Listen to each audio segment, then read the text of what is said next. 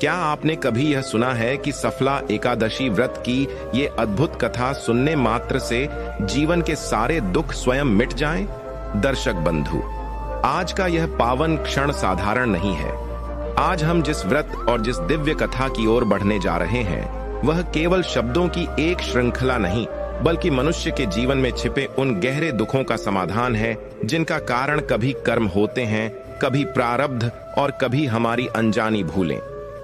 सफला एकादशी यह केवल एक तिथि नहीं, बल्कि प्रभु की वह करुणा है जो टूटे हुए मन को सहारा देती है और हारे हुए जीवन को फिर से खड़ा कर देती है। शास्त्रों में कहा गया है कि जब मनुष्य चारों दिशाओं से निराश हो जाता है, जब मेहनत के बाद भी जीवन में असफलता ही हाथ लगती है, जब परिवार, धन, स्वास्थ्य और सम्मान सब कुछ होते हुए भी भीतर एक खालीपन रह जाता है, तब सफला एकादशी का व्रत और इसकी कथा चुपचाप जीवन में प्रवेश करती है और बिना शोर किए चमत्कार कर जाती है। यह कथा केवल कानों से सुनने के लिए नहीं है, यह आत्मा को झकझोरने के लिए है, विवेक को जागृत करने के लिए है और मनुष्य को उसके कर्मों का सच्चा अर्थ समझाने के लिए है। गरुड़ पुराण और अन्य धर्म ग्रंथों में स्पष्ट कहा गया है कि जो मनुष्य श्रद्धा से एकादशी की कथा को सुनता है, वह अनजाने में किए गए पापों से मुक्त होने लगता है। उसके जीवन में जो रुकावटें वर्षों से जमी होती हैं, वे धीरे धीरे हटने लगती हैं। ऐसे में यह कथा कोई साधारण कथा नहीं रह जाती, बल्कि प्रभु श्री हरि की उस कृपा का माध्यम बन जाती है जो सही समय पर सही दिशा दिखाती है। इसलिए दर्शक बंधु, आपसे हाथ जोड़कर विनम्र निवेदन है कि इस पावन कथा को मन, वचन और भावना से ग्रहण करें। इसे बीच में छोड़ना केवल कथा को अधूरा छोड़ना नहीं होता, बल्कि अपने जीवन की उस सीख को अधूरा छोड़ना होता है जो आपको दुखों से बाहर निकाल सकती है। हो सकता है इस कथा का कोई एक प्रसंग, कोई एक वाक्य या कोई एक घटना आपके जीवन के उस दर्द को छू ले जिसे आप वर्षों से अपने भीतर दबाए बैठे हैं। और यदि आप स्वयं को एक सच्चा सनातनी मानते हैं, यदि आपके हृदय में धर्म, आस्था और प्रभु के प्रति श्रद्धा है, तो यह भी आपका कर्तव्य है कि इस दिव्य कथा को केवल अपने तक सीमित न रखें, बल्कि उन लोगों तक भी पहुंचाएं जो आज दुख, असफलता या निराशा के अंधकार में भटक रहे हैं। अब आइए प्रभु श्री हरि का स्मरण करते हुए पूरे विश्वास और श्रद्धा के साथ आरंभ करते हैं सफला एकादशी व्रत की यह पावन, रहस्यमयी और जीवन को बदल देने वाली कथा। बहुत समय पहले की बात है। भारतवर्ष में एक बहुत ही सुंदर और विशाल नगर हुआ करता था, जिसका नाम था विजयनगर। विजयनगर जैसा उसका नाम था, वैसा ही उसका काम भी था। वहां के लोग हमेशा खुश रहते थे और चारों तरफ खुशहाली ही खुशहाली थी। इस नगर के राजा थे सूर्य प्रताप। राजा सूर्य प्रताप बहुत ही प्रतापी, धर्म को मानने वाले और अपनी प्रजा को अपनी संतान की तरह प्यार करने वाले राजा थे। उनके राज्य में कभी किसी को कोई दुख नहीं होता था। शेर और बकरी एक ही घाट पर पानी पीते थे, इतना न्यायप्रिय उनका शासन था। राजा सूर्य प्रताप की पत्नी थी रानी सुमित्रा। रानी सुमित्रा साक्षात ममता की मूरत थी। वे जितनी सुंदर थीं, उनका मन उससे भी ज्यादा कोमल और पवित्र था। वे हमेशा ईश्वर की भक्ति में लीन रहती थीं और गरीबों की मदद के लिए हमेशा आगे रहती थीं।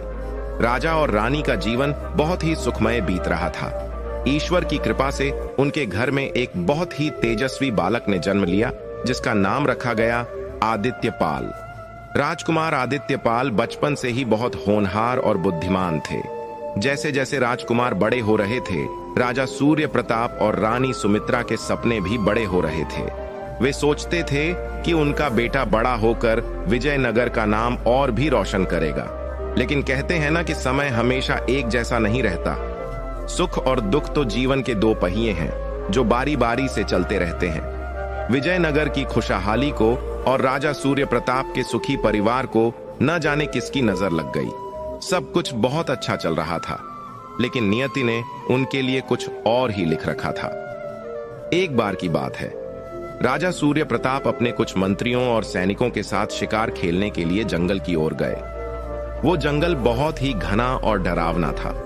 शिकार का पीछा करते करते राजा अपने सैनिकों से बिछड़ गए और घने जंगल में रास्ता भटक गए। शाम ढलने लगी थी और जंगल में अंधेरा छाने लगा था। राजा ने बहुत कोशिश की रास्ता खोजने की, लेकिन वो जंगल की भूल भुलैया में और ज्यादा फंसते चले गए। तभी अचानक मौसम बदला और तेज आंधी तूफान आने लगा। बिजली जोर जोर से कड़कने लगी। राजा ने एक बड़े से पेड़ के नीचे शरण ली। उसी रात उस जंगल के पास के ही एक दूसरे राज्य के क्रूर और लालची राजा, जिसका नाम कालसेन था, उसने विजयनगर पर हमला करने की योजना बनाई। कालसेन की नजर बहुत पहले से विजयनगर की अपार संपत्ति और खजाने पर थी। उसे अपने गुप्तचरों से खबर मिल गई थी कि राजा सूर्य प्रताप महल में नहीं है और जंगल में कहीं खो गए हैं। इधर महल में रानी सुमित्रा को बहुत बेचैनी हो रही थी। उन्हें बुरे बुरे ख्याल आ रहे थे। राजकुमार आदित्यपाल अभी बहुत छोटे थे। उनकी उम्र मात्र 10 वर्ष की थी। रानी सुमित्रा बार बार महल की खिड़की से बाहर देख रही थी कि शायद राजा लौट आए, लेकिन राजा का कोई पता नहीं था।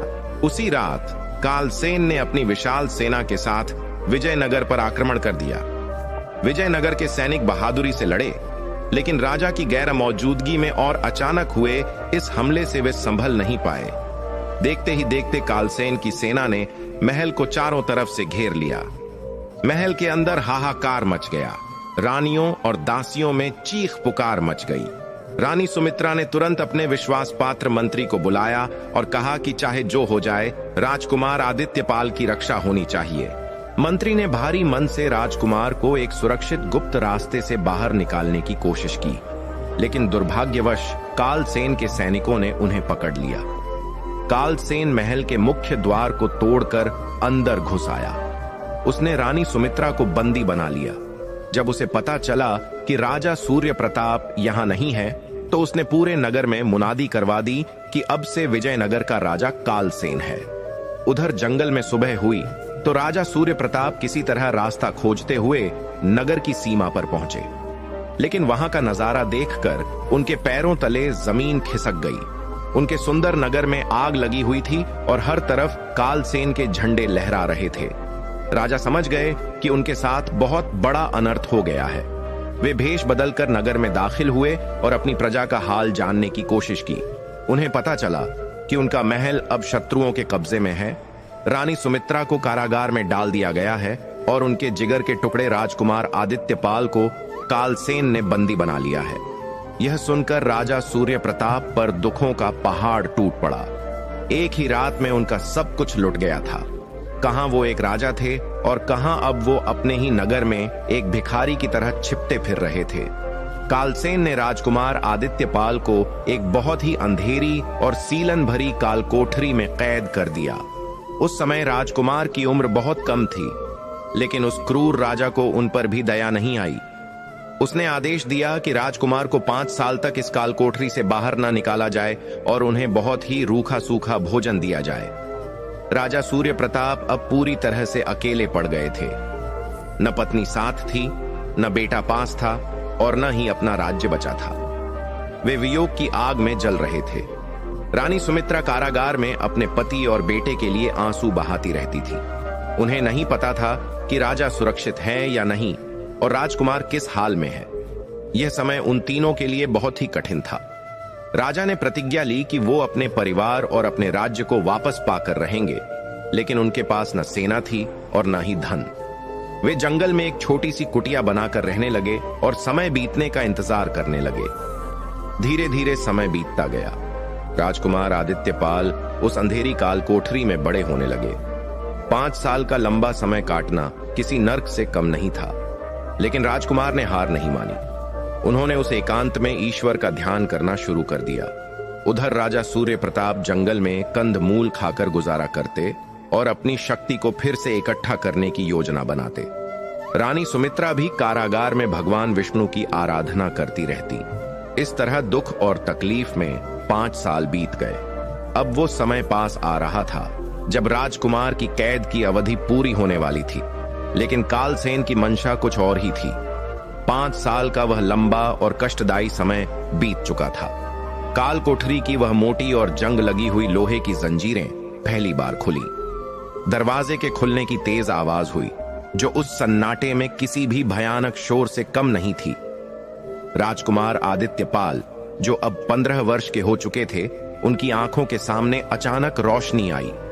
5 साल तक अंधेरे में रहने के कारण उनकी आंखें उस रोशनी को सहन नहीं कर पा रही थीं। उन्होंने अपने हाथों से अपनी आंखों को ढक लिया। शरीर से वे बहुत कमजोर हो चुके थे। कपड़े फटकर चिथड़े हो गए थे और बाल तथा दाढ़ी बढ़ गई थी, लेकिन उनके चेहरे का तेज और आंखों की चमक अभी भी वैसी ही थी जैसे किसी सूर्यवंशी राजकुमार की होनी चाहिए। सैनिकों ने राजकुमार को बहुत ही बेदर्दी से पकड़ा और खींचते हुए कालसेन के दरबार की ओर ले चले। राजकुमार के पैरों में बेड़ियां पड़ी हुई थीं, जिनसे चलने में उन्हें बहुत कठिनाई हो रही थी, लेकिन फिर भी उन्होंने अपना सिर नहीं झुकाया। वे जानते थे कि वे एक सत्यवादी राजा की संतान हैं और उन्हें किसी भी अधर्मी के सामने झुकना शोभा नहीं देता। जब उन्हें दरबार में लाया गया तो वहां का नजारा बदला हुआ था। जहां कभी उनके पिता राजा सूर्य प्रताप बैठा करते थे, वहां अब क्रूर कालसेन बैठा था। उसके चेहरे पर एक कुटिल मुस्कान थी। कालसेन ने राजकुमार को ऊपर से नीचे तक देखा और जोर से हंसते हुए कहा, देखो, यह है विजयनगर का भविष्य। एक भिखारी से भी बदतर हालत है इसकी। क्यों राजकुमार, कैसी रही तुम्हारी 5 साल की मेहमान नवाजी? दरबार में बैठे कालसेन के चाटुकार मंत्री भी जोर जोर से हंसने लगे। राजकुमार आदित्यपाल ने बहुत ही शांत स्वर में उत्तर दिया, समय सबसे बलवान होता है राजन। आज मेरा समय खराब है, कल तुम्हारा भी समय बदल सकता है। पाप का घड़ा जब भर जाता है तो उसे फूटने में देर नहीं लगती। यह सुनकर कालसेन का चेहरा गुस्से से लाल हो गया। उसे उम्मीद थी कि राजकुमार उसके पैरों में गिरकर भीख मांगेगा, लेकिन यहां तो नजारा ही कुछ और था। कालसेन ने क्रोध में आकर कहा, तुम्हारी जुबान अभी भी बहुत चलती है। मुझे लगा था कि 5 साल की कैद ने तुम्हारा दिमाग ठिकाने लगा दिया होगा। मैंने सोचा था कि सजा पूरी होने पर तुम्हें छोड़ दूंगा और अपने महल का दास बना लूंगा, लेकिन अब मुझे लगता है कि सांप को पालना खतरनाक हो सकता है। कालसेन ने अपने सेनापति को आदेश दिया, इस लड़के को आज रात के लिए फिर से उसी काल कोठरी में डाल दो। कल सुबह सूरज उगने के साथ ही इसे नगर के बीचों बीच फांसी दे दी जाए। मैं पूरे विजयनगर को दिखाना चाहता हूं कि मेरे खिलाफ बोलने का अंजाम क्या होता है। यह फैसला सुनकर पूरे दरबार में सन्नाटा छा गया। जो पुराने मंत्री वहां मौजूद थे और मजबूरी में कालसेन की नौकरी कर रहे थे, उनकी आंखों में आंसू आ गए, लेकिन डर के मारे कोई कुछ बोल नहीं सका। राजकुमार को वापस उसी अंधेरी कोठरी में घसीट कर ले जाया गया।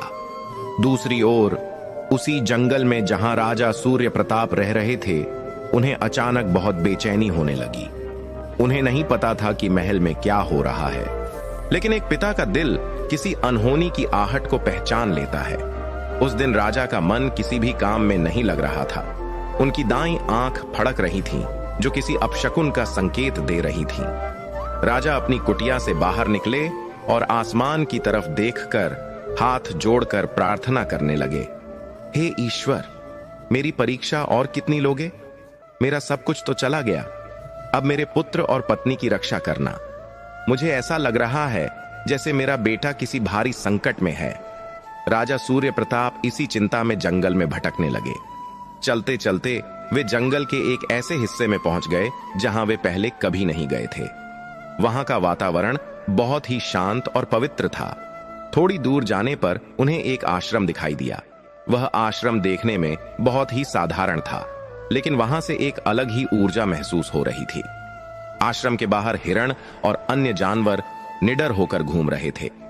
राजा को लगा कि शायद यहाँ कोई सिद्ध महात्मा रहते हैं जो उनकी मदद कर सकते हैं या कम से कम उनके मन को शांति दे सकते हैं। थके हारे राजा सूर्य प्रताप उस आश्रम के द्वार पर पहुंचे और वहीं गिर पड़े। भूख और प्यास से उनका गला सूख रहा था और मन की चिंता ने उन्हें तोड़ दिया था। तभी आश्रम के अंदर से एक तेजस्वी आर्षी अपने शिष्यों के साथ बाहर आए। ये आर्षी लोमश थे, जो अपनी तपस्या और ज्ञान के लिए तीनों लोकों में प्रसिद्ध थे।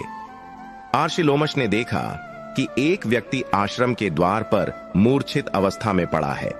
उन्होंने तुरंत अपने शिष्यों को आदेश दिया और राजा के चेहरे पर जल के छींटे मारे।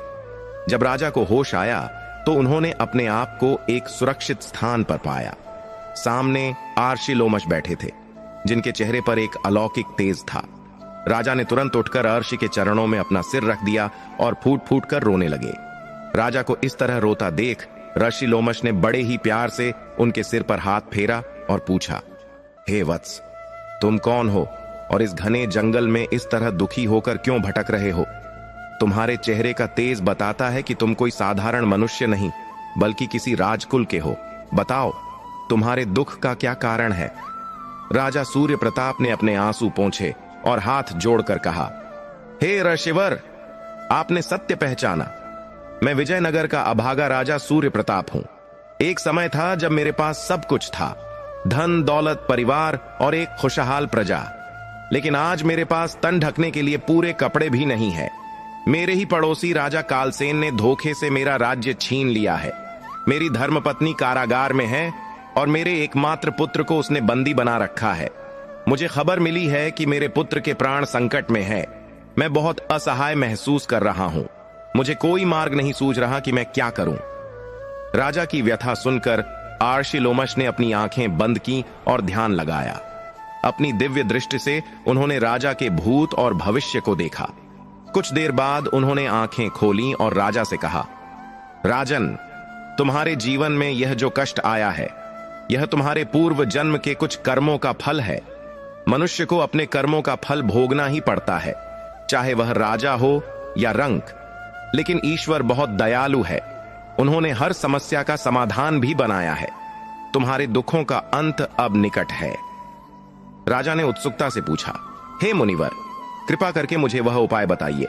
मैं अपने पुत्र और पत्नी को बचाने के लिए कुछ भी करने को तैयार हूं। मुझे कोई भी कठोर से कठोर तपस्या बताइए, मैं करूंगा। ऋषि लोमश मुस्कुराए और बोले, राजन, तुम्हें घोर तपस्या करने की आवश्यकता नहीं है। हमारे शास्त्रों में एक ऐसा व्रत है जो सभी पापों का नाश करने वाला और सभी मनोकामनाओं को पूरा करने वाला है। यदि तुम और तुम्हारा पुत्र, जो इस समय मृत्यु के भय में है, सच्चे मन से इस व्रत का पालन करो या इस व्रत की कथा भी सुन लो, तो तुम्हारे सारे कष्ट दूर हो जाएंगे। यह एकादशी का व्रत है जो भगवान विष्णु को अति प्रिय है। ऋषि की बात सुनकर राजा के मन में एक नई आशा की किरण जगी। उन्होंने पूछा, मुनिवर, वह कौन सी एकादशी है और उसका विधि विधान क्या है? कृपया मुझे विस्तार से बताइए। मैं अभी इसी क्षण उस व्रत का संकल्प लेना चाहता हूं। ऋषि लोमश ने राजा को धैर्य रखने के लिए कहा और उन्हें अपने पास बैठाया। उधर महल में राजकुमार आदित्यपाल को काल कोठरी में पता चल गया था कि कल उनकी मृत्यु निश्चित है। लेकिन डरने के बजाय उन्होंने भी काल कोठरी की मिट्टी से एक छोटी सी वेदी बनाई और भगवान विष्णु का ध्यान करने लगे। अनजाने में ही सही, लेकिन पिता और पुत्र दोनों एक ही समय पर ईश्वर की शरण में थे। ऋषि लोमश ने अब राजा को उस चमत्कारी एकादशी व्रत के बारे में बताना शुरू किया, जिसके प्रभाव से बड़े बड़े पाप कट जाते हैं। ऋषि लोमश ने राजा सूर्य प्रताप के सिर पर हाथ रखा और बहुत ही गंभीर स्वर में बोले, राजन, संयोग देखो। जिस संकट से तुम और तुम्हारा पुत्र गुजर रहे हो, उससे मुक्ति पाने का दिन कल ही है। कल ज्येष्ठ मास के कृष्ण पक्ष की अपरा एकादशी है। यह एकादशी अपार पुण्य देने वाली और बड़े से बड़े पापों का नाश करने वाली है। जो मनुष्य इस दिन सच्चे मन से बिना अन्न और जल ग्रहण किए भगवान विष्णु का व्रत रखता है और रात्रि जागरण कर हरि का कीर्तन करता है, उसे प्रेत योनि से भी मुक्ति मिल जाती है।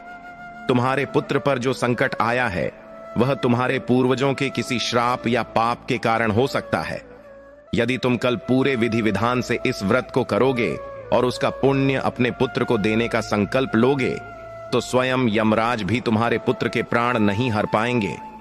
राजा सूर्य प्रताप ने और्षि की बात को ब्रह्म वाक्य मानकर स्वीकार किया।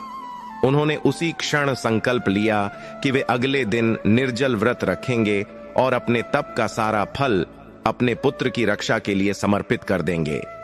ऋषि लोमश ने उन्हें व्रत की विधि बताई और राजा वहीं आश्रम में रहकर भगवान के ध्यान में लीन हो गए। उधर विजयनगर के उस काले कारागार में रात गहराती जा रही थी। राजकुमार आदित्यपाल को कल सुबह फांसी दी जानी थी, इसलिए सैनिकों ने उन्हें शाम का भोजन भी नहीं दिया था। वे भूखे और प्यासे थे, अनजाने में ही सही, लेकिन राजकुमार का भी एकादशी का व्रत शुरू हो चुका था। उनके पेट में अन्न का एक दाना भी नहीं था और होंठ प्यास से सूख रहे थे, लेकिन उनका मन केवल प्रभु के चरणों में लगा था। वे दीवार से टेक लगाकर बैठे थे और बुदबुदा रहे थे, हे प्रभु, जीवन और मृत्यु आपके हाथ में है। यदि मेरी मृत्यु से मेरे माता पिता और मेरी प्रजा का कल्याण होना है तो मैं इसे स्वीकार करता हूं, लेकिन अधर्म के आगे मुझे झुकने मत देना। पूरी रात राजकुमार ने जाग कर बिताई। वे कभी भगवान का नाम लेते तो कभी अपने माता पिता को याद करते। उधर जंगल में राजा सूर्य प्रताप भी पूरी रात एक पैर पर खड़े होकर भगवान विष्णु की स्तुति करते रहे। पिता और पुत्र दोनों अलग अलग जगहों पर थे, लेकिन दोनों की पुकार एक ही थी। यह रात जितनी भारी विजयनगर के लोगों पर थी, उतनी ही भारी राजा कालसेन पर भी थी। उसे अजीब से डरावने सपने आ रहे थे, लेकिन अहंकार के नशे में चूर होकर वह उन संकेतों को समझ नहीं पा रहा था। अगली सुबह हुई। सूरज की पहली किरण के साथ ही विजयनगर के मुख्य चौराहे पर हलचल शुरू हो गई। कालसेन ने नगर के बीचों बीच एक बहुत ऊंचा फांसी का मंच बनवाया था, ताकि पूरा नगर राजकुमार की मौत का तमाशा देख सके। ढोल नगाड़े बजने लगे, लेकिन यह खुशी का संगीत नहीं, बल्कि मौत का ऐलान था। नगर के लोग अपने घरों से बाहर निकले। सबकी आंखों में आंसू थे। बूढ़े, बच्चे, जवान, सब के सब उस फांसी के मंच की तरफ जा रहे थे। किसी के भी घर में आज चूल्हा नहीं जला था। पूरी प्रजा अपने प्रिय राजकुमार के लिए शोक मना रही थी। तभी जेल के दरवाजे फिर से खुले। सैनिकों ने राजकुमार आदित्यपाल को बाहर निकाला। उनके हाथ पीछे बांध दिए गए थे। उन्हें पैदल ही नगर के रास्तों से ले जाया जाने लगा। राजकुमार के पैर नंगे थे और रास्ते पत्थरीले, लेकिन उनके चेहरे पर एक अजीब सी शांति थी। जैसे ही प्रजा ने अपने राजकुमार को इस हालत में देखा, लोगों के सब्र का बांध टूट गया। राजकुमार की जय हो, अत्याचारी कालसेन मुर्दाबाद के नारे लगने लगे। भीड़ बेकाबू होने लगी। कालसेन अपने महल की बालकनी से यह सब देख रहा था। उसने अपने सेनापति को इशारा किया। सैनिकों ने भीड़ पर कोड़े बरसाने शुरू कर दिए। राजकुमार ने अपनी प्रजा को पिटते हुए देखा तो उनका दिल रो पड़ा। वे चिल्लाकर बोले, मेरे प्रिय नगरवासियों, शांत हो जाओ। मेरे लिए अपने प्राण संकट में मत डालो। ईश्वर सब देख रहा है, न्याय जरूर होगा। राजकुमार की आवाज सुनकर भीड़ शांत हो गई, लेकिन उनका गुस्सा कम नहीं हुआ। अंततः राजकुमार को फांसी के मंच पर चढ़ाया गया। जल्लाद ने काला कपड़ा उनके चेहरे पर डालने की कोशिश की, लेकिन राजकुमार ने मना कर दिया। उन्होंने कहा, मैं अपनी मृत्यु को खुली आंखों से देखना चाहता हूं, मुझे डर नहीं है। कालसेन भी अपने मंत्रियों के साथ वहां आ पहुंचा। वह मंच के पास अपनी शाही कुर्सी पर बैठ गया। उसने राजकुमार की तरफ देखकर व्यंग्य किया, क्यों राजकुमार, अभी भी वक्त है। अगर तुम मेरे पैरों पर गिरकर माफी मांग लो और मेरी दास्ता स्वीकार कर लो, तो मैं तुम्हारी सजा कम करके तुम्हें आजीवन कारागार में रख सकता हूं। जान प्यारी है या सम्मान? राजकुमार आदित्यपाल ने कालसेन की आंखों में आंखें डालकर कहा, दुष्ट कालसेन, शेर का बच्चा पिंजरे में बंद होकर भी शेर ही रहता है और गीदड़ सिंहासन पर बैठकर भी गीदड़ ही रहता है। मुझे मृत्यु स्वीकार है, लेकिन तुम्हारा दास बनना नहीं। तुम मेरा शरीर मार सकते हो, लेकिन मेरी आत्मा और मेरे स्वाभिमान को नहीं। यह सुनकर कालसेन आग बबूला हो गया। उसने चिल्लाकर आदेश दिया, जल्लाद, अब और इंतजार मत करो, खींच दो फांसी का फंदा। मैं भी देखूं इसके भगवान इसे कैसे बचाने आते हैं। उधर जंगल में आर्शिलोमश के आश्रम में राजा सूर्य प्रताप अपनी पूजा के अंतिम चरण में थे। उन्होंने हाथ में जल लिया और सूर्य देव की ओर देखते हुए, जो अब आकाश में ऊपर आ चुके थे, अपनी प्रार्थना पूरी की। उन्होंने कहा, हे जगत के पालनहार श्री हरि, मैंने आज की इस पावन एकादशी का व्रत पूरी निष्ठा से किया है। मेरे जीवन भर के जितने भी पुण्य हैं और आज के इस व्रत का जो भी फल है, मैं उसे अपने पुत्र आदित्यपाल को समर्पित करता हूं। यदि मेरा धर्म सच्चा है तो मेरे पुत्र की रक्षा हो। जैसे ही राजा ने वह संकल्पित जल जमीन पर छोड़ा, वातावरण में एक तेज कंपन हुआ। इधर फांसी के मंच पर जल्लाद ने फंदा राजकुमार के गले में डाल दिया था। कालसेन ने हाथ उठाकर इशारा किया। जल्लाद ने लीवर खींचने के लिए हाथ बढ़ाया। पूरा नगर अपनी सांसें रोककर खड़ा था। रानी सुमित्रा कारागार की छोटी सी खिड़की से यह दृश्य देखने की कोशिश कर रही थी और बेहोश होने ही वाली थी। तभी अचानक आकाश में काले बादल घिर आए। जो सूरज अभी तक तेज चमक रहा था वह बादलों के पीछे छिप गया। तेज हवाएं चलने लगीं। आंधी इतनी तेज थी कि सैनिकों के हाथ से भाले छूटकर गिरने लगे। कालसेन की पगड़ी हवा में उड़ गई। धूल का ऐसा गुब्बार उठा कि किसी को कुछ दिखाई नहीं दे रहा था। झल्लाद जो लीवर खींचने ही वाला था, उसकी आंखों में धूल भर गई और उसका हाथ फिसल गया। इसी आपाधापी में एक बहुत ही विशाल और दिव्य गरुड़ पक्षी जो बादलों को चीरता हुआ नीचे आया। उसकी चोंच में एक चमकता हुआ स्वर्ण हार जैसा कुछ था, लेकिन यह कोई साधारण पक्षी नहीं था। वह सीधा फांसी के मंच की ओर झपटा। लोग डर के मारे चिल्लाने लगे। कालसेन को लगा कि यह कोई आसमानी बिजली है। वह अपनी कुर्सी से गिर पड़ा।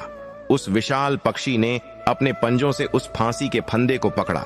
लोहे की वह मोटी रस्सी जिसे काटना तलवार से भी मुश्किल था, उस पक्षी ने एक झटके में ऐसे तोड़ दी जैसे वह कच्चे धागे की बनी हो। राजकुमार आदित्यपाल जो मृत्यु के मुहाने पर खड़े थे, उन्हें उस पक्षी ने धीरे से मंच पर बैठा दिया और फिर एक तेज गर्जना करते हुए वह पक्षी आकाश की ओर उड़ गया। जैसे ही वह पक्षी गया, आंधी रुक गई और बादल छंट गए। वहां मौजूद हर एक व्यक्ति सन्न रह गया। फांसी का फंदा टूटा हुआ जमीन पर पड़ा था और राजकुमार सुरक्षित खड़े थे। उनके गले में रस्सी का निशान तक नहीं था, बल्कि वहां एक फूलों की माला पड़ी हुई थी जो शायद उस पक्षी ने डाल दी थी। नगर के लोग जोर जोर से हरि बोल का जयकारा लगाने लगे। उन्हें समझ आ गया कि यह साक्षात दैवीय चमत्कार है। कालसेन जो जमीन पर गिरा हुआ था, उसने यह दृश्य देखा तो उसकी रूह कांप गई, लेकिन उसका अहंकार अभी भी नहीं टूटा था। वह खड़ा हुआ और चिल्लाया, यह कोई चमत्कार नहीं है, यह इस लड़के का कोई जादू टोना है। सैनिकों, इसे दोबारा पकड़ो, तलवार से इसका सिर काट दो, मैं इसे जिंदा नहीं छोड़ूंगा। कालसेन के सैनिक डरते डरते आगे बढ़े। वे भी भगवान के इस चमत्कार से घबराए हुए थे, लेकिन राजा का आदेश नहीं टाल सकते थे। राजकुमार आदित्यपाल अब पूरी तरह निडर हो चुके थे। उन्हें आभास हो गया था कि कोई अदृश्य शक्ति उनकी रक्षा कर रही है। उन्होंने जमीन से एक तलवार उठाई जो आंधी में किसी सैनिक के हाथ से गिर गई थी। 5 साल की कैद और कमजोरी के बावजूद उनके अंदर एक अद्भुत शक्ति का संचार हो रहा था। यह शक्ति उस एकादशी व्रत के पुण्य की थी जो उनके पिता ने उन्हें समर्पित किया था।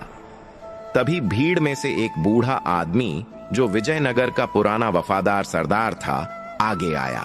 उसने चिल्लाकर कहा, भाइयों, अब और कितना अन्याय सहोगे? साक्षात भगवान ने संकेत दे दिया है कि वे राजकुमार के साथ हैं। क्या तुम अब भी इस अधर्मी कालसेन के डर से चुप रहोगे? उस बूढ़े सरदार की ललकार ने लोगों के अंदर दबी हुई आग को भड़का दिया। जो सैनिक राजकुमार को मारने के लिए आगे बढ़ रहे थे, वे भी रुक गए। उन्होंने अपनी तलवारें नीचे झुका लीं और राजकुमार के सामने नतमस्तक हो गए। कालसेन यह देखकर पागल हो गया। उसने अपनी म्यान से तलवार निकाली और खुद राजकुमार की ओर दौड़ा। अगर मेरे सैनिक तुम्हें नहीं मारेंगे तो मैं खुद तुम्हारा वध करूंगा, वह पागलों की तरह चिल्ला रहा था। राजकुमार आदित्यपाल अपनी जगह से हिले भी नहीं। वे शांत भाव से खड़े रहे। कालसेन जैसे ही पास पहुंचा, अचानक आसमान से एक बहुत ही तेज प्रकाश पुंज उतरा और कालसेन की आंखों के सामने अंधेरा छा गया। वह लड़खड़ा कर गिर पड़ा। उसी समय जंगल से एक रथ आंधी की रफ्तार से नगर में प्रवेश कर रहा था। उस रथ पर और कोई नहीं बल्कि स्वयं राजा सूर्य प्रताप और अर्षि लोमश सवार थे। राजा को नगर की ओर आते देख प्रजा में खुशी की लहर दौड़ गई। महाराज सूर्य प्रताप की जय के नारों से आकाश गूंज उठा। कालसेन जो अब तक संभलने की कोशिश कर रहा था, उसने राजा सूर्य प्रताप को जीवित देखा तो उसके होश उड़ गए। उसे तो लगा था कि राजा जंगल में मर खप गए होंगे। राजा सूर्य प्रताप रथ से उतरे। उनका चेहरा तपस्या के तेज से दमक रहा था। वे सीधे मंच पर चढ़े और अपने पुत्र आदित्यपाल को गले से लगा लिया। बाप और बेटे का यह मिलन देखकर पत्थर दिल इंसान भी रो पड़ा। राजा ने अपने पुत्र के सिर पर हाथ फेरा और कहा, पुत्र, आज एकादशी माता की कृपा से तुम्हारा पुनर्जन्म हुआ है। सत्य परेशान हो सकता है लेकिन पराजित नहीं। कालसेन अब चारों तरफ से घिर चुका था। उसकी अपनी ही सेना ने हथियार डाल दिए थे। विजयनगर की प्रजा ने उसे घेर लिया था। अर्षि लोमश भी वहां आ पहुंचे। उन्होंने कालसेन की ओर देखकर कहा, मूर्ख राजा, तूने शक्ति और सत्ता के नशे में यह भूल दिया कि धर्म की जड़ें बहुत गहरी होती हैं। आज एकादशी के दिन तूने एक निर्दोष को मारने का प्रयास किया, यही तेरे अंत का कारण बना। कालसेन गिड़गिड़ाने लगा। वह राजा सूर्य प्रताप के पैरों में गिर पड़ा और प्राणों की भीख मांगने लगा। मुझे माफ कर दीजिए महाराज, मुझसे बहुत बड़ी भूल हो गई। लालच ने मेरी बुद्धि भ्रष्ट कर दी थी। मुझे जीवन दान दे दीजिए। राजा सूर्य प्रताप तो दयालु थे ही। उनका हाथ तलवार की मूठ पर था, लेकिन दुश्मन को पैरों में गिरा देख उनका क्रोध शांत होने लगा। लेकिन कहानी अभी खत्म नहीं हुई थी। राजा सूर्य प्रताप ने कालसेन को माफ तो कर दिया, लेकिन उसे दंड मिलना बाकी था। राजा सूर्य प्रताप ने अपनी तलवार म्यान में वापस रख ली। उनका चेहरा क्रोध से नहीं, बल्कि एक अजीब सी शांति से भरा हुआ था। उन्होंने कांपते हुए कालसेन की ओर देखा और कहा, कालसेन, मैं चाहूं तो इसी क्षण तुम्हारा सिर धड़ से अलग कर सकता हूं। तुमने मेरे परिवार और मेरी प्रजा पर जो अत्याचार किए हैं, उसके लिए मृत्यु दंड भी कम है। लेकिन मैं सूर्यवंशी हूं। हमारी परंपरा शरण में आए हुए दुश्मन को मारने की नहीं है। मैं तुम्हें जीवन दान देता हूं, लेकिन एक शर्त पर। पूरा दरबार सन्नाटे में था। सबकी निगाहें राजा पर टिकी थीं। कालसेन ने डरते हुए सिर उठाया और पूछा, कैसी शर्त महाराज? मैं हर शर्त मानने को तैयार हूं। राजा ने कड़क आवाज में कहा, तुम्हें इसी वक्त इसी वेश में विजयनगर की सीमा छोड़नी होगी। तुम आज से राजा नहीं, बल्कि एक साधारण मनुष्य की तरह जीवन बिताओगे। तुम्हारे राज्य को अब विजयनगर के अधीन माना जाएगा और वहां भी धर्म का शासन होगा। जाओ, अपनी जान बचाकर भाग जाओ, इससे पहले कि मेरा मन बदल जाए या मेरी प्रजा का गुस्सा तुम पर फूट पड़े। कालसेन ने जैसे ही यह सुना, वह वहां से ऐसे भागा जैसे उसके पीछे मौत पड़ी हो। उसे अपनी जान बचने की इतनी खुशी थी कि उसने पीछे मुड़कर भी नहीं देखा। प्रजा ने राजा सूर्य प्रताप की जय जयकार की। धन्य है हमारे महाराज, दया निधि राजा सूर्य प्रताप की जय के नारों से पूरा नगर गूंज उठा। इसके बाद राजा सूर्य प्रताप का ध्यान तुरंत अपनी पत्नी की ओर गया। उनका दिल जोर जोर से धड़क रहा था। 5 साल हो गए थे उन्होंने अपनी अर्धांगिनी को नहीं देखा था। राजा ने अपने पुत्र आदित्य पाल को गले लगाया और कहा, चलो पुत्र, तुम्हारी मां हमारा इंतजार कर रही होगी। उसे इस कैद से मुक्त कराने का समय आ गया है। राजा, राजकुमार और आर्षि लोमश सैनिकों के साथ कारागार की ओर बढ़े। जैसे जैसे वे काल कोठरी के पास पहुंच रहे थे, वातावरण में एक अजीब सी उदासी थी। कारागार की दीवारों पर काई जमी हुई थी और वहां से सीलन की बदबू आ रही थी। राजा की आंखों में आंसू आ गए। उन्होंने सोचा कि उनकी कोमल रानी ने कैसे 5 साल इस नर्क में बिताए होंगे। सैनिकों ने उस लोहे के भारी दरवाजे को खोला। अंदर घना अंधेरा था। कोने में एक महिला फटे हुए पुराने कपड़ों में सिमट कर बैठी थी। वह भगवान विष्णु की मूर्ति के सामने दिया जलाने की कोशिश कर रही थी, लेकिन तेल खत्म होने के कारण दिया बार बार बुझ रहा था। आहट सुनकर रानी सुमित्रा डर गई। उन्हें लगा कि शायद कालसेन के सैनिक फिर से उन्हें तंग करने आए हैं, या शायद राजकुमार की मृत्यु का समाचार लाए हैं। उन्होंने बिना पीछे देखे ही कहा, मुझे और कितना सताओगे? अगर मेरे पुत्र को कुछ हुआ है तो मुझे भी मार डालो। यह सुनकर राजा सूर्य प्रताप का दिल भर आया। उन्होंने रुंधे गले से पुकारा, सुमित्रा। यह आवाज सुनते ही रानी सुमित्रा के हाथ रुक गए। उन्हें अपने कानों पर विश्वास नहीं हुआ। यह आवाज तो उनके पति की थी, जिन्हें वे 5 साल से मरा हुआ समझ रही थीं या खोया हुआ मान रही थी। वे धीरे से मुड़ी। दरवाजे पर राजा सूर्य प्रताप और उनके साथ राजकुमार आदित्य पाल खड़े थे। राजकुमार के गले में अभी भी वह फूलों की माला थी जो गरुड़ ने डाली थी। रानी सुमित्रा लड़खड़ाते हुए उठी। स्वामी, आदित्य। उनके मुंह से बस इतना ही निकला और वे दौड़ कर आईं और राजा के चरणों में गिर पड़ी। राजा ने उन्हें तुरंत उठाया और अपने सीने से लगा लिया। तीनों, राजा, रानी और राजकुमार, एक दूसरे से लिपटकर फूट फूट कर रोने लगे। यह मिलन इतना भावुक था कि वहां खड़े कठोर सैनिकों की आंखों से भी आंसू बह निकले। 5 साल का वियोग, अपमान और कष्ट आंसुओं के रूप में बह गया। थोड़ी देर बाद जब सब शांत हुए तो रानी सुमित्रा की नजर पीछे खड़े आर्षि लोमश पर पड़ी। राजा ने बताया, सुमित्रा, यही वे महात्मा हैं जिनकी कृपा और मार्गदर्शन से आज हम सब जीवित हैं और एक साथ है। इन्होंने ही मुझे एकादशी व्रत का महत्व बताया, जिसके पुण्य से हमारे पुत्र के प्राण बचे। रानी सुमित्रा ने आर्षि लोमश के चरण स्पर्श किए और कहा, मुनिवर, आपने मुझे मेरा सुहाग और मेरा बेटा लौटाया है। मैं आपकी हमेशा ऋणी रहूंगी। आर्षि लोमश ने आशीर्वाद देते हुए कहा, बेटी, यह सब भगवान श्री हरि विष्णु की लीला है। जो भी सच्चे मन से एकादशी का व्रत करता है, भगवान उसकी रक्षा स्वयं करते हैं। अब चलिए, महल की ओर चलिए। प्रजा अपने राजा और रानी को सिंहासन पर देखने के लिए व्याकुल है। पूरा राज परिवार महल की ओर लौटा। हालांकि महल को कालसेन ने गंदा कर दिया था और काफी नुकसान पहुंचाया था, लेकिन आज वह महल फिर से चमक रहा था। दासियों ने तुरंत आरती की थाली सजाई।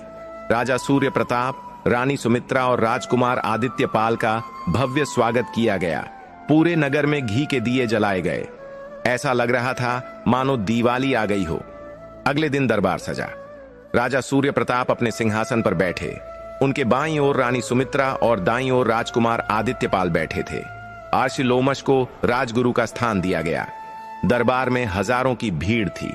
हर कोई यह जानना चाहता था कि आखिर वह चमत्कार कैसे हुआ, वह विशाल पक्षी कौन था और राजकुमार फांसी के फंदे से कैसे बचे।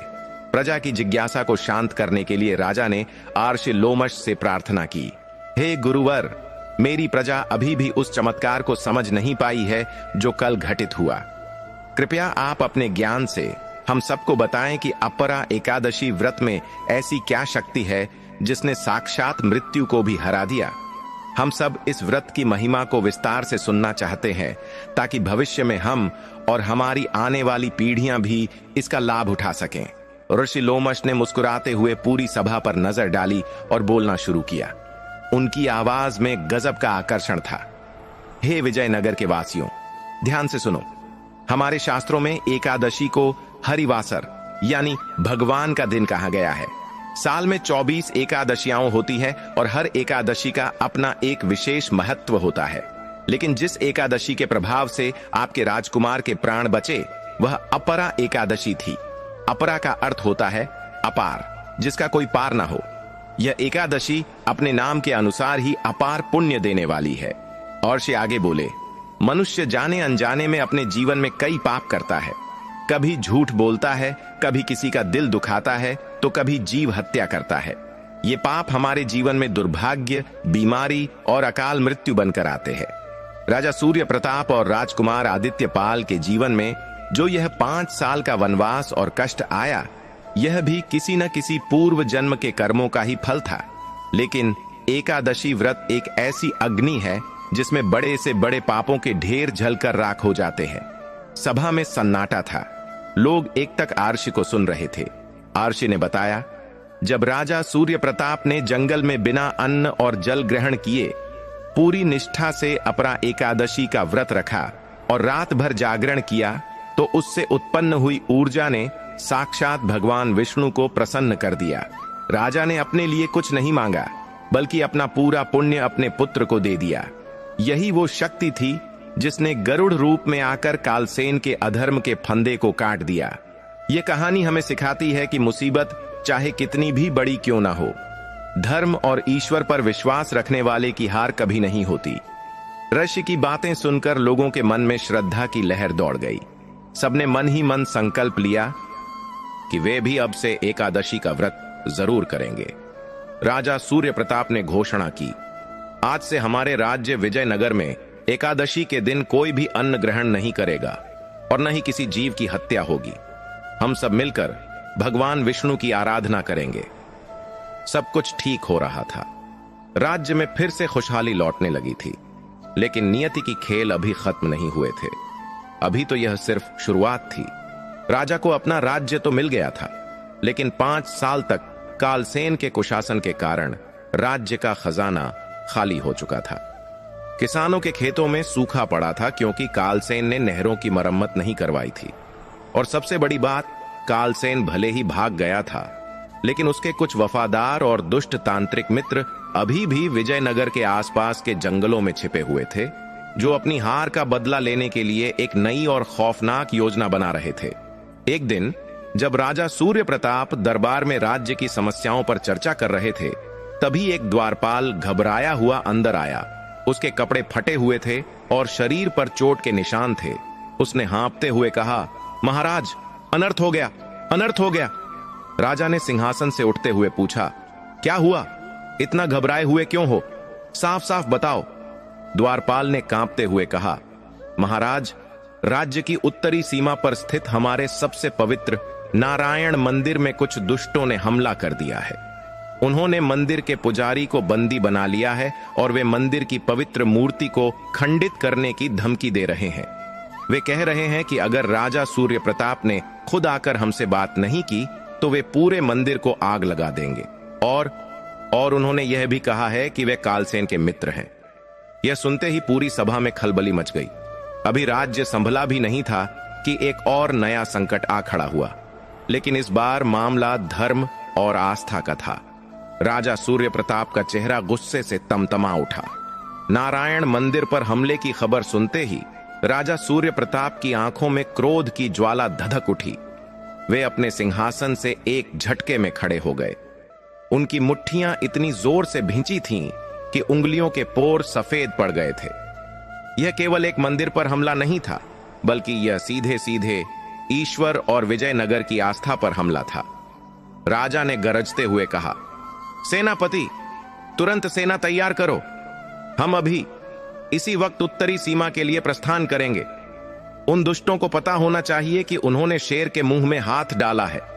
तभी आर्षि लोमश, जो अब तक शांत बैठे थे, उन्होंने अपना हाथ उठाया और राजा को रोका। ठहरो राजन। ऋषि की आवाज में एक ऐसी गंभीरता थी कि राजा को रुकना पड़ा। ऋषि लोमश अपने स्थान से उठे और राजा के पास आए। उन्होंने कहा, राजन, क्रोध में लिया गया निर्णय अक्सर विनाश का कारण बनता है। यह हमला साधारण डाकुओं का नहीं है। याद रखो, द्वारपाल ने कहा था कि वे कालसेन के मित्र हैं। कालसेन भले ही मूर्ख था, लेकिन उसके साथ रहने वाले लोग साधारण नहीं हो सकते। मुझे आशंका है कि यह मायावी शक्तियों का जाल है। वहां तलवार से ज्यादा विवेक की जरूरत होगी। राजा सूर्य प्रताप ने आर्ष की बात समझी। उन्होंने अपना क्रोध शांत किया और पूछा, तो हमें क्या करना चाहिए गुरुवर? क्या हम हाथ पर हाथ रखकर बैठे रहें और उन्हें मंदिर अपवित्र करने दें? कदापि नहीं, ऋषि ने उत्तर दिया।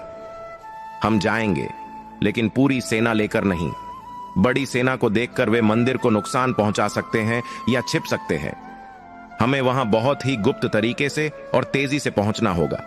तुम, मैं और राजकुमार आदित्यपाल, हम तीनों वहां जाएंगे। साथ में केवल कुछ चुने हुए अंगरक्षक होंगे।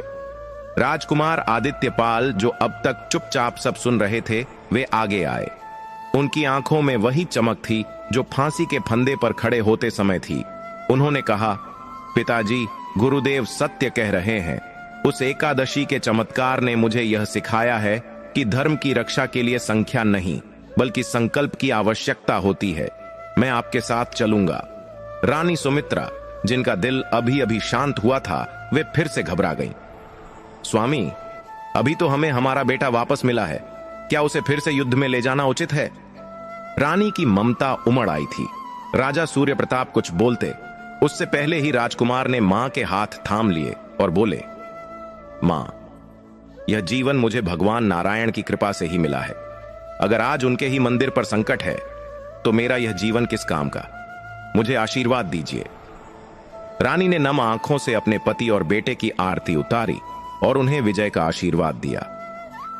राजा सूर्य प्रताप, राजकुमार आदित्यपाल, आर्षि लोमश और 10 सबसे तेज घुड़सवार सैनिक तुरंत उत्तरी सीमा की ओर निकल पड़े। विजयनगर से नारायण मंदिर की दूरी काफी थी, लेकिन उनके घोड़े हवा से बातें कर रहे थे। रास्ते में राजा ने देखा कि कालसेन के शासन ने राज्य को कितना बर्बाद कर दिया था। खेत सूखे पड़े थे, नदियां सिकुड़ गई थीं और गांवों में वीराना छाया हुआ था। यह देखकर राजा का संकल्प और दृढ़ हो गया कि वे अपने राज्य को फिर से नंदनवन बनाकर रहेंगे।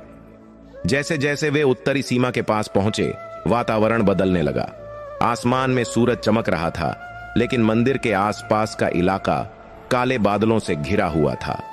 वहां की हवा में एक अजीब सी सड़ांध थी और गिद्ध आसमान में मंडरा रहे थे। आर्षि लोमश ने घोड़ा रोका और कहा, सावधान, हम शत्रु के क्षेत्र में प्रवेश कर रहे हैं। यहां अपनी आंखों और कानों से ज्यादा अपने मन की सुनना। यह कोई साधारण स्थान नहीं लग रहा। यहां काली शक्तियों का प्रयोग किया गया है। मंदिर एक ऊंची पहाड़ी पर स्थित था। राजा और उनके साथी अपनी तलवारें निकालकर पैदल ही पहाड़ी पर चढ़ने लगे। जैसे ही वे मंदिर के मुख्य द्वार पर पहुंचे, वहां का नजारा देखकर उनका खून खौल उठा। मंदिर के पवित्र आंगन में हड्डियों के ढेर पड़े थे। वहां 4-5 भयानक दिखने वाले तांत्रिक बैठे थे। उनके बाल बिखरे हुए थे, गले में हड्डियों की मालाएं थीं और शरीर पर राख लगी हुई थी। उनके बीच में एक बहुत ही विशालकाय तांत्रिक बैठा था, जिसकी आंखें अंगारे की तरह लाल थीं। वह किसी मरे हुए जानवर की खोपड़ी हाथ में लेकर कुछ मंत्र बुदबुदा रहा था। मंदिर के मुख्य पुजारी को एक खंभे से बांधा गया था। बेचारे पुजारी के मुंह में कपड़ा ठूंसा गया था और उनकी आंखों से आंसू बह रहे थे। मंदिर के गर्भगृह का दरवाजा बंद था और बाहर 2 तांत्रिक बड़ी बड़ी तलवारें लेकर पहरा दे रहे थे। राजा सूर्य प्रताप ने ललकारते हुए कहा, अधर्मियों, भगवान के पवित्र धाम को अपवित्र करते हुए तुम्हें लज्जा नहीं आती? छोड़ दो पुजारी को और आत्मसमर्पण कर दो, वरना आज यमराज भी तुम्हें मेरे क्रोध से नहीं बचा पाएंगे। राजा की आवाज सुनकर वह विशालकाय तांत्रिक जोर से हंसा। उसकी हंसी इतनी डरावनी थी कि पहाड़ी के पक्षी भी उड़ गए। उसने धीरे से सिर उठाया और राजा की ओर देखा। आओ राजन, आओ, मैं तुम्हारा ही इंतजार कर रहा था। कालसेन तो डरपोक था जो भाग गया, लेकिन मैं महाकापालिक भैरवनाथ किसी से नहीं डरता। मुझे पता था कि तुम इस पुजारी के मोह में यहां जरूर आओगे। राजा ने गुस्से में पूछा, तुम चाहते क्या हो भैरवनाथ? क्यों कर रहे हो ये सब? भैरवनाथ ने अपनी लाल जीभ घुमाते हुए कहा, मैं चाहता हूं विजयनगर का सिंहासन और वह प्राचीन मणि जो तुम्हारे पूर्वजों ने इस मंदिर के नीचे छिपाई थी। मुझे पता चला है कि इस नारायण मंदिर की नींव में एक दिव्य नागमणि दबी है। कालसेन को इसके बारे में नहीं पता था, लेकिन मेरी विद्या सब जानती है। तुम मुझे वह मणि दे दो और अपना राज्य मेरे नाम कर दो। मैं पुजारी को छोड़ दूंगा और यहां से चला जाऊंगा। राजा सूर्य प्रताप चौंक गए। नागमणि की बात तो केवल राज परिवार के खास लोगों को ही पता थी। यह बात इस तांत्रिक को कैसे पता चली? राजा ने कहा, मूर्ख तांत्रिक, वह मणि राज्य की रक्षा के लिए है, किसी लालची के हाथ में देने के लिए नहीं। सपने देखना छोड़ दो और युद्ध के लिए तैयार हो जाओ। भैरवनाथ ने एक कुटिल मुस्कान के साथ कहा, युद्ध? तुम मुझसे युद्ध करोगे? उसने अपने हाथ में पकड़ी खोपड़ी को जमीन पर पटका। जैसे ही खोपड़ी टूटी, उसमें से काला धुआं निकला। देखते ही देखते वह धुआं आकारों में बदलने लगा। उस धुएं से 10-12 काले साए जैसे योद्धा प्रकट हो गए। उनके हाथ में तलवारें थीं, लेकिन उनके पैर जमीन पर नहीं थे, वे हवा में तैर रहे थे। ये है मेरे प्रेत सैनिक, भैरवनाथ चिल्लाया। इन्हें न तो तलवार काट सकती है और न ही तीर भेद सकते हैं। सैनिकों, खत्म कर दो इन्हें। राजा के अंगरक्षक बहादुर थे। वे हर हर महादेव का नारा लगाते हुए उन प्रेत सैनिकों पर टूट पड़े। लेकिन जैसा कि भैरवनाथ ने कहा था, सैनिकों की तलवारें उन काली परछाइयों के आर पार निकल जाती थीं, लेकिन उन परछाइयों का एक वार सैनिकों को गहरा घाव दे देता था। देखते ही देखते राजा के 4 सैनिक घायल होकर गिर पड़े। राजा सूर्य प्रताप और राजकुमार आदित्यपाल ने भी अपनी तलवारें चलाईं, लेकिन सब व्यर्थ। यह किसी बुरे सपने जैसा था। आप दुश्मन को देख सकते थे, लेकिन उसे छू नहीं सकते थे, जबकि दुश्मन आपको मार सकता था। आर्षि लोमश जो पीछे खड़े थे, उन्होंने चिल्लाकर कहा, राजन, अपनी तलवारों को रोको। लोहे के हथियार इन पर असर नहीं करेंगे। ये मायावी शक्तियां हैं, पीछे हटो। राजा और राजकुमार पीछे हटे। वे अपने घायल सैनिकों को बचाने की कोशिश कर रहे थे। भैरवनाथ जोर जोर से हंस रहा था। क्या हुआ राजन, तुम्हारी वीरता कहां गई? मैंने कहा था ना, मेरी शक्तियों का मुकाबला तुम नहीं कर सकते। स्थिति बहुत गंभीर थी। वे बुरी तरह घिर चुके थे। एक तरफ घायल सैनिक कराह रहे थे और दूसरी तरफ वे अजेय प्रेत सैनिक धीरे धीरे घेरा तंग कर रहे थे। राजकुमार आदित्यपाल ने आर्षि की तरफ देखा और पूछा, गुरुदेव, अब क्या करें? क्या हम ऐसे ही मर जाएंगे? आर्षि लोमश ने अपनी झोली से कुछ पवित्र जल, गंगा जल और कुछ सूखी लकड़ियां निकाली। उन्होंने कहा, घबराओ मत पुत्र, जहां अंधेरा होता है वहां प्रकाश का महत्व और बढ़ जाता है।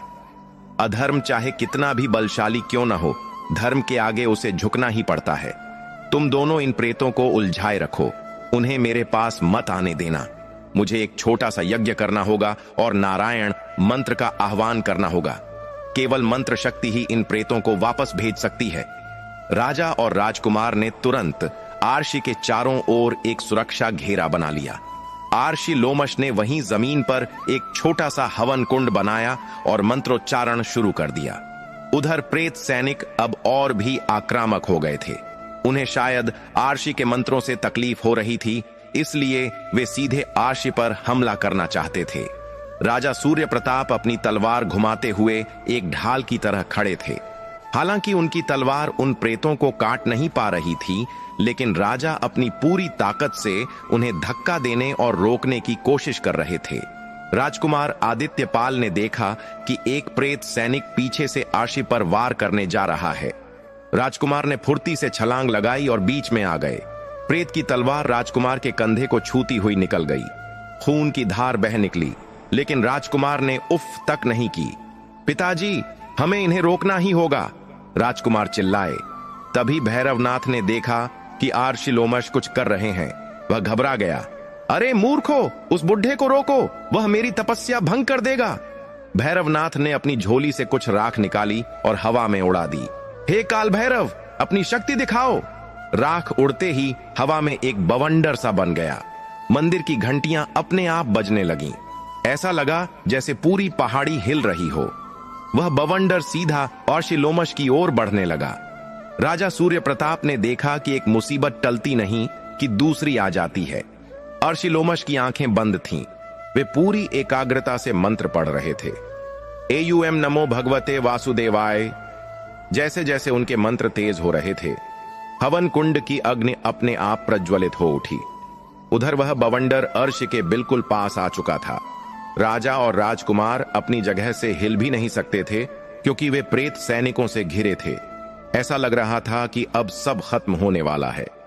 क्या आर्षि का यज्ञ पूरा हो पाएगा? क्या राजा और राजकुमार उन अदृश्य शक्तियों का सामना कर पाएंगे, या फिर भैरवनाथ अपनी काली विद्या से विजयनगर के रक्षकों का अंत कर देगा? तभी एक अद्भुत घटना घटी। आर्षि लोमश ने हवन कुंड से एक जलती हुई लकड़ी उठाई और जोर से मंत्र बोलकर उसे हवा में उस बवंडर की ओर फेंक दिया।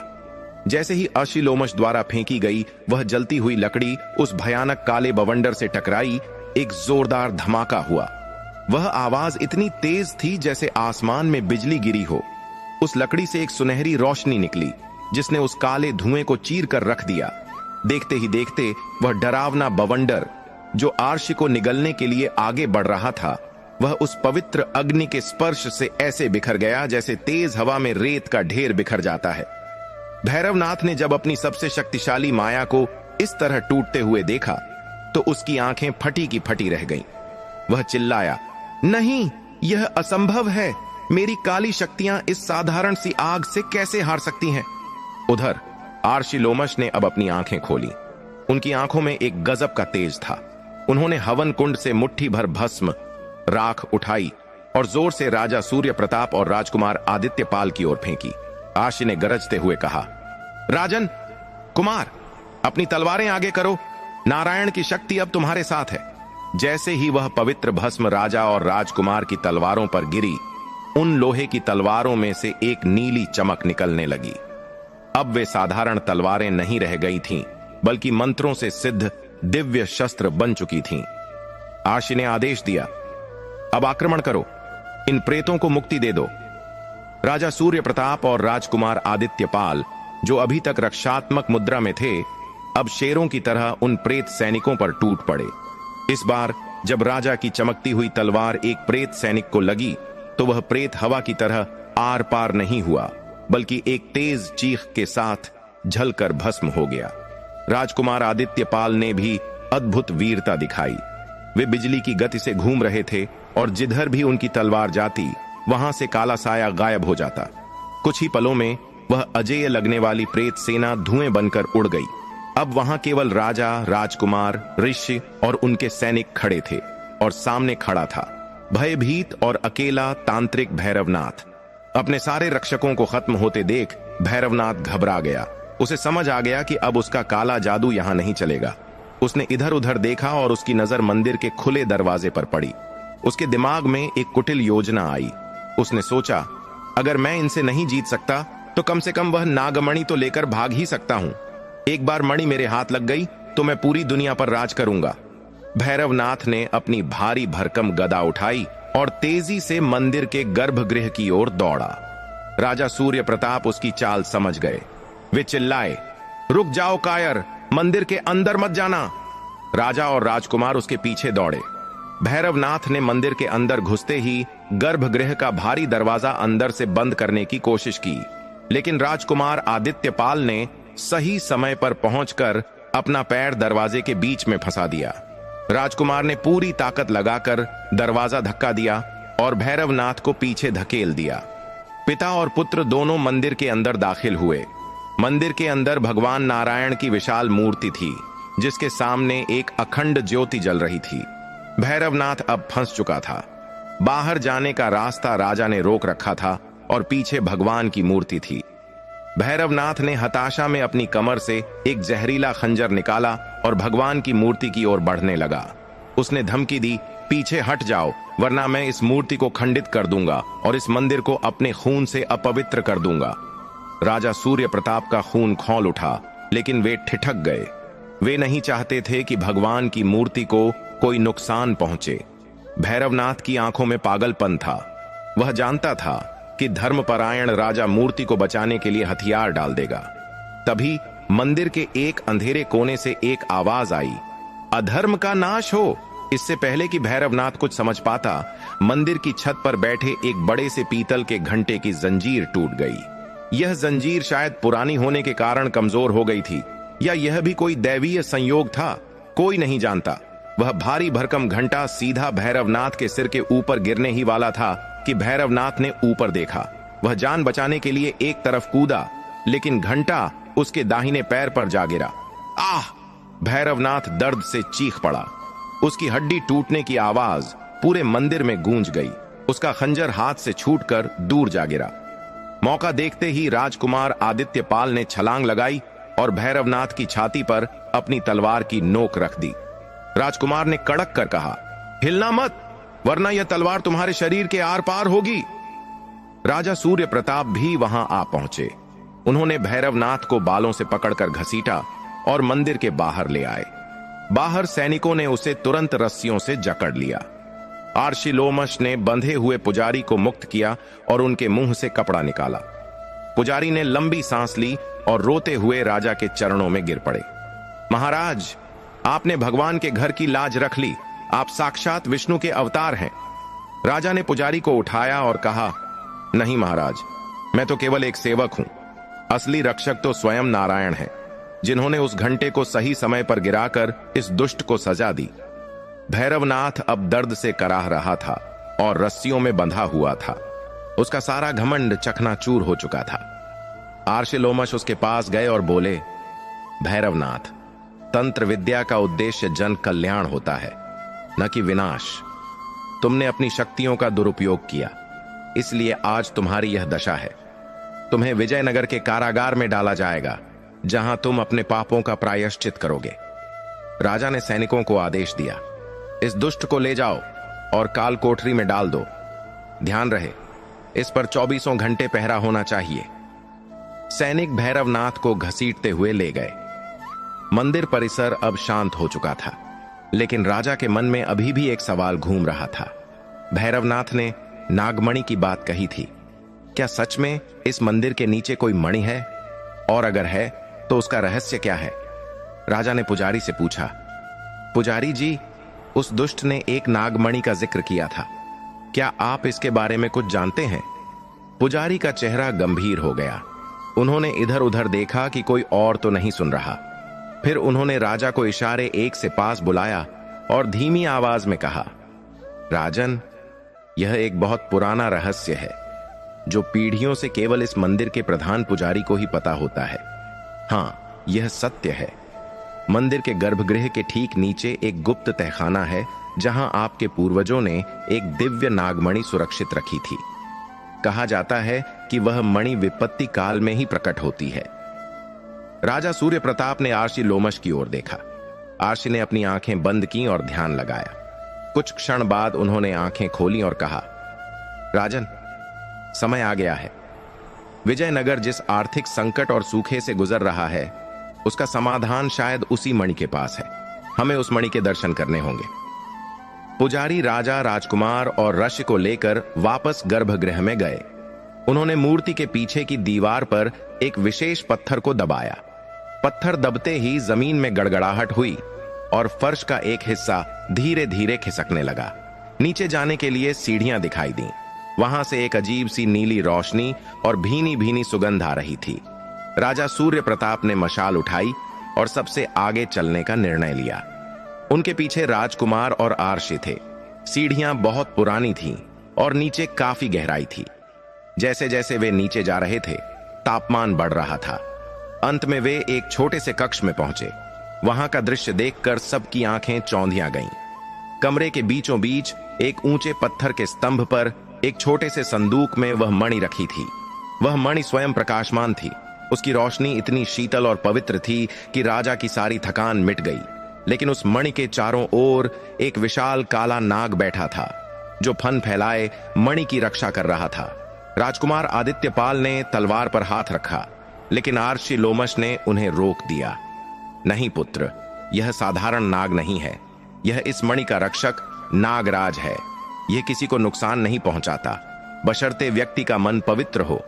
राजा सूर्य प्रताप, तुम आगे बढ़ो। तुम इस वंश के राजा हो और एकादशी व्रत के प्रभाव से तुम पवित्र हो चुके हो। नागराज, तुम्हें नहीं रोकेंगे। राजा सूर्य प्रताप ने हाथ जोड़े और श्रद्धापूर्वक आगे बढ़े। उन्होंने मन ही मन नाग देवता को प्रणाम किया और प्रार्थना की, हे नाग देवता, मैं अपने किसी लोभ के लिए नहीं, बल्कि अपनी प्रजा के कल्याण के लिए इस मणि की सहायता चाहता हूं। मेरे राज्य में अकाल पड़ा है, लोग भूखे मर रहे हैं। कृपया मुझे आशीर्वाद दें। जैसे ही राजा ने यह प्रार्थना की, वह विशाल नाग धीरे से अपना फन नीचे कर लिया और स्तंभ से उतरकर एक तरफ हो गया। उसने राजा को रास्ता दे दिया। यह एक और चमत्कार था। राजा ने आगे बढ़कर उस मणि को प्रणाम किया, लेकिन जैसे ही राजा ने उस मणि को उठाने के लिए हाथ बढ़ाया, मणि के अंदर से एक आवाज आई। यह आवाज किसी मनुष्य की नहीं, बल्कि आकाशवाणी जैसी गूंज रही थी। ठहरो राजन। राजा का हाथ हवा में ही रुक गया। आवाज ने आगे कहा, इस मणि को स्पर्श करने से पहले तुम्हें एक प्रतिज्ञा करनी होगी। यह मणि अपार धन और समृद्धि दे सकती है, लेकिन इसका उपयोग केवल और केवल धर्म के कार्यों में ही होना चाहिए। यदि इसका एक भी अंश तुम्हारे निजी भोग विलास में खर्च हुआ, तो यह मणि कोयला बन जाएगी और तुम्हारा पूरा वंश नष्ट हो जाएगा। क्या तुम्हें यह शर्त स्वीकार है? राजा सूर्य प्रताप ने बिना एक पल गंवाए कहा, मुझे स्वीकार है। मैं सूर्यवंशी राजा सूर्य प्रताप अग्नि और जल को साक्षी मानकर प्रतिज्ञा करता हूं कि इस मणि का उपयोग केवल प्रजा की भलाई, सूखी नदियों को भरने और अन्न के भंडार भरने के लिए ही होगा। जैसे ही राजा ने प्रतिज्ञा ली, मणि की चमक और बढ़ गई। राजा ने उस मणि को उठाया। मणि हाथ में आते ही राजा को एक अजीब सी ऊर्जा महसूस हुई। उन्हें लगा जैसे उन्हें पूरे विजयनगर का नक्शा दिखाई दे रहा है और जहां जहां सूखा पड़ा था, वहां वहां पानी के स्रोत दिखाई देने लगे। आर्षि लोमश ने मुस्कुराते हुए कहा, राजन, अब तुम्हारे राज्य के अच्छे दिन शुरू हो गए हैं। इस मणि को लेकर चलो और इसे राजकोष में स्थापित करो। लेकिन याद रखना, खतरा अभी पूरी तरह टला नहीं है। भैरवनाथ तो पकड़ा गया, लेकिन उसका गुरु जो विंध्याचल के पर्वतों में तपस्या कर रहा है, वह भैरवनाथ से भी ज्यादा मायावी और क्रूर है। जब उसे पता चलेगा कि उसका शिष्य बंदी बना लिया गया है, तो वह शांत नहीं बैठेगा। राजा मणि लेकर बाहर आए। मंदिर के बाहर खड़े सैनिकों और पुजारियों ने जब राजा के हाथ में वह दिव्य मणि देखी, तो वे समझ गए कि ईश्वर की विशेष कृपा हुई है। राजा ने तुरंत आदेश दिया कि इस मणि को पूरी सुरक्षा के साथ राजधानी ले जाया जाए। लेकिन जैसा कि आर्षि ने कहा था, बुराई इतनी आसानी से हार नहीं मानती। उधर दूर विंध्याचल के घने जंगलों में एक गुफा के अंदर एक अघोरी तांत्रिक तपस्या में लीन था। उसका नाम था महाकाल। अचानक उसकी तपस्या भंग हुई। उसके सामने रखा पानी का कमंडल अचानक खौलने लगा और उसमें से खून की गंध आने लगी। महाकाल ने अपनी डरावनी आंखें खोलीं। उसकी आंखों में प्रतिशोध की आग थी। वह गुर्राया, किसने मेरे शिष्य भैरवनाथ को नुकसान पहुंचाने की हिम्मत की? विजयनगर, मैं आ रहा हूं। इस बार न एकादशी का व्रत तुम्हें बचा पाएगा और न ही कोई अर्शे। राजा सूर्य प्रताप, राजकुमार आदित्यपाल और आर्षि लोमश उस दिव्य नागमणि को लेकर विजयनगर लौटे। जैसे ही वह मणिनगर के मुख्य द्वार से अंदर आई, मानो चमत्कार हो गया। आसमान में जो काले बादल सूखे का संकेत दे रहे थे, वे अचानक बरसने वाले बादलों में बदल गए। ठंडी हवाएं चलने लगीं और देखते ही देखते रिमझिम बारिश शुरू हो गई। वर्षों से प्यासी धरती की प्यास बुझने लगी। प्रजा खुशी से झूम उठी। लोग सड़कों पर निकल आए और राजा पर फूलों की वर्षा करने लगे। राजा ने उस मणि को पूरी विधि विधान से राजकोष में एक पवित्र स्थान पर स्थापित करवा दिया। आर्षि लोमश ने भविष्यवाणी की, राजन, जब तक धर्म और यह मणि इस राज्य में है, यहां कभी अकाल नहीं पड़ेगा। लेकिन खुशी के ये पल ज्यादा देर नहीं टिके। अभी नगरवासी उत्सव मना ही रहे थे कि अचानक आकाश का रंग बदलने लगा। जो बादल बारिश कर रहे थे, वे अचानक खून जैसे लाल हो गए। दिन में ही रात जैसा अंधेरा छा गया। हवा में एक डरावनी गूंज सुनाई देने लगी, सूर्य प्रताप, तेरा काल आ गया है। यह आवाज इतनी भारी और भयानक थी कि महलों की नींव हिल गई। नगर के मुख्य द्वार पर एक विशालकाय आकृति प्रकट हुई। यह विंध्याचल से आया महाकाल तांत्रिक था। वह हवा में उड़ रहा था और उसके चारों ओर आग की लपटें थीं। उसकी आंखें अंगारों की तरह धधक रही थीं। राजा सूर्य प्रताप तुरंत अपनी तलवार लेकर मुख्य द्वार की ओर दौड़े। उनके पीछे राजकुमार और पूरी सेना थी। महाकाल ने राजा को देखते ही एक भयानक हंसी हंसी, मूर्ख राजा, तूने मेरे शिष्य भैरवनाथ को बंदी बनाकर अपनी मौत को निमंत्रण दिया है। मैं महाकाल हूं। आज मैं इस पूरे नगर को शमशान बना दूंगा और वह नागमणि लेकर जाऊंगा। राजा सूर्य प्रताप ने निडर होकर कहा, महाकाल, यह नगर धर्म की नींव पर खड़ा है। यहां एकादशी माता की कृपा है। तुम्हारी काली शक्तियां यहां नहीं चलेंगी। लौट जाओ, इसी में तुम्हारी भलाई है। एकादशी? धर्म? महाकाल ने व्यंग्य किया। देखता हूं तेरा धर्म तुझे कैसे बचाता है। उसने अपने दोनों हाथ उठाए और आसमान से आग के गोले बरसाने शुरू कर दिए। सैनिकों में भगदड़ मच गई। जो भी उस आग की चपेट में आता, वह जलकर राख हो जाता। राजकुमार आदित्यपाल ने अपने तीरों से उन गोलों को रोकने की कोशिश की, लेकिन सब व्यर्थ था। महाकाल की शक्ति बहुत ज्यादा थी। आर्षि लोमश ने राजा से कहा, राजन, अस्त्र शस्त्र इसे नहीं रोक पाएंगे। यह प्रतिशोध की आग में जल रहा है। इसका मुकाबला केवल और केवल ईश्वर की शक्ति से हो सकता है। तुम्हें नारायण कवच का आह्वान करना होगा। उस पुण्य का प्रयोग करो जो तुम्हें एकादशी व्रत से मिला है। राजा सूर्य प्रताप ने अपनी तलवार नीचे फेंक दी। वे युद्ध के मैदान में ही घुटनों के बल बैठ गए। उन्होंने अपनी आंखें बंद कीं और हाथ जोड़कर भगवान विष्णु का ध्यान करना शुरू किया। राजकुमार आदित्यपाल और रानी सुमित्रा, जो महल की छत से देख रही थीं, ने भी वही किया। देखते ही देखते प्रजा के लोग भी जहां थे, वहीं हाथ जोड़कर भगवान को पुकारने लगे, हे नारायण, रक्षा करो। हे एकादशी माता, रक्षा करो। पूरे नगर से एक ही स्वर गूंजने लगा। यह सामूहिक प्रार्थना की शक्ति थी। उधर महाकाल अपनी सबसे घातक शक्ति का प्रयोग करने जा रहा था। उसने एक काला त्रिशूल प्रकट किया और उसे सीधे राजा सूर्य प्रताप की ओर फेंका। मरने के लिए तैयार हो जा सूर्य प्रताप। वह काला त्रिशूल बिजली की गति से राजा की ओर बढ़ा। लेकिन जैसे ही वह राजा के करीब पहुंचा, राजा के शरीर से एक अद्भुत सुनहरा प्रकाश निकला। यह वही प्रकाश था जो एकादशी व्रत के पुण्य से उत्पन्न हुआ था। उस प्रकाश ने एक ढाल का रूप ले लिया। त्रिशूल उस प्रकाश से टकराया और चूर चूर होकर गिर पड़ा। महाकाल यह देखकर हैरान रह गया। यह कैसे संभव है? वह चिल्लाया। तभी राजकोष में रखी वह नागमणि भी अपनी पूरी शक्ति से चमकने लगी। उसकी किरणें सीधे युद्ध के मैदान तक पहुंची और राजा के तेज में मिल गईं। अब राजा सूर्य प्रताप के शरीर से इतना तेज प्रकाश निकल रहा था कि महाकाल की आंखें चौंधियां गईं। राजा ने आंखें खोली। उनकी आंखों में क्रोध नहीं बल्कि करुणा और तेज था। राजा ने कहा, महाकाल, अंधकार चाहे कितना भी घना क्यों ना हो, सूर्य की एक किरण उसे मिटाने के लिए काफी होती है। अधर्म का नाश हो। राजा के इतना कहते ही आसमान से एक दिव्य चक्र, सुदर्शन चक्र जैसा तेज, प्रकट हुआ। वह चक्र सीधे महाकाल की ओर बढ़ा। महाकाल ने भागने की कोशिश की, लेकिन पाप का घड़ा भर चुका था। उस दिव्य चक्र ने महाकाल की काली छाया को स्पर्श किया और एक ही पल में महाकाल जलकर भस्म हो गया। उसकी सारी माया, सारी काली शक्तियां उसी के साथ समाप्त हो गईं। आसमान फिर से साफ हो गया, लाल बादल हट गए और सुहावना मौसम हो गया। महाकाल की राख हवा में उड़ गई। विजयनगर एक बार फिर सुरक्षित था। प्रजा की खुशी का ठिकाना नहीं रहा। भगवान विष्णु की जय, एकादशी माता की जय के नारों से धरती आसमान गूंज उठे। आर्षिलोमश ने राजा को आशीर्वाद देते हुए कहा, राजन, आज सिद्ध हो गया कि जो मनुष्य एकादशी का व्रत सच्चे मन से करता है और धर्म के मार्ग पर चलता है, उसका बाल भी बांका नहीं हो सकता। स्वयं ईश्वर उसकी रक्षा करते हैं। कुछ दिनों बाद राजा सूर्य प्रताप ने एक बहुत बड़ा यज्ञ करवाया।